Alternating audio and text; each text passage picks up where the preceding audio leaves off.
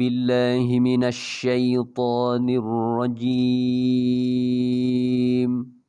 وإذا قرئ القرآن فاستمعوا له وأنصتوا لعلكم ترحمون واذكر ربك في نفسك تضرعا وخيفة ودون الجهر من القول بالغدو والآصال ولا تكن من الغافلين صدق الله العظيم. Bismillahirrahmanirrahim. Assalamualaikum warahmatullahi wabarakatuh. Alhamdulillah wassalatu wassalamu ala Rasulillah wa ala alihi wa sahbihi wa man tabi'ahu wa wala. Bertemu kita sekali lagi dalam rancangan Tadabbur Tafsir Mubin. Saudara yang dimuliakan oleh Allah Subhanahu wa taala. Firman Allah Subhanahu wa taala dalam surah Al-A'raf ayat 204 dan 205. A'udzubillahi minasyaitonir rajim. Wa iza quri'al Qur'an fastami'u lahu wa ansitu la'allakum turhamun. Dalam ayat ini menerusi tafsir Mubin, kita melihat bagaimana kefahaman kita apabila Al-Quran ini dibacakan dengan sepenuh perhatian dan rasa hormat, serta kita mengambil iktibar daripada kalamullah Subhanahu wa taala ini. Allah menerangkan kelebihan Al-Quran dan dalam ayat ini diterangkan jalan untuk mendapatkan rahmat serta faedahnya. Saudara yang dimuliakan, bukankah dengan kita mempelajari Al-Quran itu akan menyebabkan hati kita menjadi tenang? Bukankah dengan kita memperbanyakkan membaca Al-Quran itu menjadikan jiwa kita bertambah lapang? Segala permasalahan, segala kekacauan yang berlaku dalam kehidupan kita ini dapat diuruskan dengan membaca Al-Quran. Hal ini kalau kita melihat dalam surah Al-Isra ayat 82, Allah Subhanahu wa taala menyatakan wa nunazzilu minal Qur'an ma huwa shifa' wa rahmatul lil mu'minin. Al-Quran ini merupakan syifa', iaitu penawar bagi orang-orang yang beriman. Justru berapa ramai di antara kita yang memahami peranan dan tanggungjawab dengan membaca Al-Quran bukan sahaja dapat menyelesaikan dan mengingati Allah Subhanahu wa taala itu, tetapi juga dapat menjadikan Al-Quran sebagai syifa dan penawar dalam kehidupan kita.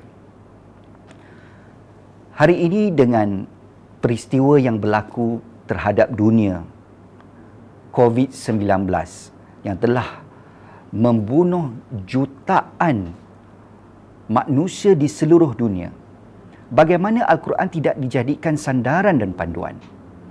Justru Ramadan sebenarnya telah mengajar kita bahawa Al-Quran ini tidak boleh dikesampingkan. Sebab itu, majlis-majlis tilawah, majlis-majlis tadarus Al-Quran yang diadakan saban hari, tidak kira di rumah, di masjid dan sebagainya, memberi gambaran kepada kita bahawa dengan Al-Quran itu menyebabkan kita dapat mengingati Allah Subhanahu wa taala. Kalau kita melihat firman Allah Subhanahu wa taala dalam surah Al-Ahzab ayat 41. A'udzubillahi minasyaitonir rajim. Ya ayyuhalladzina amanu zkurullaha zikran katsira wasabbihuhu bukratan wa asila. Wahai orang-orang yang beriman, berzikirlah dengan menyebut nama Allah Subhanahu wa taala dengan sebanyak-banyaknya. Dalam ayat ini dapat kita fahami, dengan kita memperbanyakkan zikir kepada Allah Subhanahu wa taala dengan melafazkan kalam-kalam subhanallah walhamdulillah wala ilaha illallah wallahu akbar, akan menyebabkan diri kita dekat kepada Allah Subhanahu wa taala. Kerana doa orang-orang mukmin ini pastinya akan diterima oleh Allah Subhanahu wa taala dan diangkat oleh Allah Subhanahu wa taala. Malah tiada hijab padanya, lebih-lebih lagi bagi mereka yang melaksanakannya pada bulan Ramadan yang mulia ini. Kalau kita melihat menerusi ayat Al-Quran juga, kita memahami bahawa Allah Subhanahu wa taala menurunkan ayat-ayat suci Al-Quranul Karim ini terdiri daripada perintah dan juga larangan yang Allah Subhanahu wa taala turunkan menerusi wahyunya. Ada ayat-ayat yang menunjukkan perintah Allah Subhanahu wa taala seperti solat, seperti berpuasa, seperti berzakat, laksanakan ibadah haji. Dan ada ayat-ayat yang menjadikan kita untuk menjauhkan diri kita daripadanya. Seperti apa? Melakukan maksiat, melakukan perbuatan-perbuatan yang keji dan mungkar. Ayat-ayat larangan, tegasan daripada Allah Subhanahu wa taala ini tidak lain dan tidak bukan untuk memberi amaran dan ancaman kepada orang-orang yang tidak mengikuti perintah Allah Subhanahu wa taala. Sebab itu di dalam Al-Quran sendiri Allah Subhanahu, kita akan melihat bagaimana peristiwa-peristiwa yang berlaku sejak zaman Nabi SAW. Para nabi seperti Nabi Musa alaihissalam berhadapan dengan Fir'aun, dan juga Nabi Ar-Rasul SAW berhadapan dengan orang-orang musyrikin. Peristiwa-peristiwa ini menjadi kefahaman kepada kita bagaimana Al-Quran ini bukan sahaja menjadi satu perintah, tetapi menjadi satu iktibar pengajaran yang Allah Subhanahu wa taala berikan ancaman azab-azab Allah Subhanahu wa taala kepada mereka yang ingkar kepada arahan Allah Subhanahu wa taala. Justru kesempatan yang ada pada waktu ini dalam bulan Ramadan yang mulia ini, dengan menjadikan Al-Quran sebagai zikir harian kita, tidak kira pada waktu siang ataupun malam.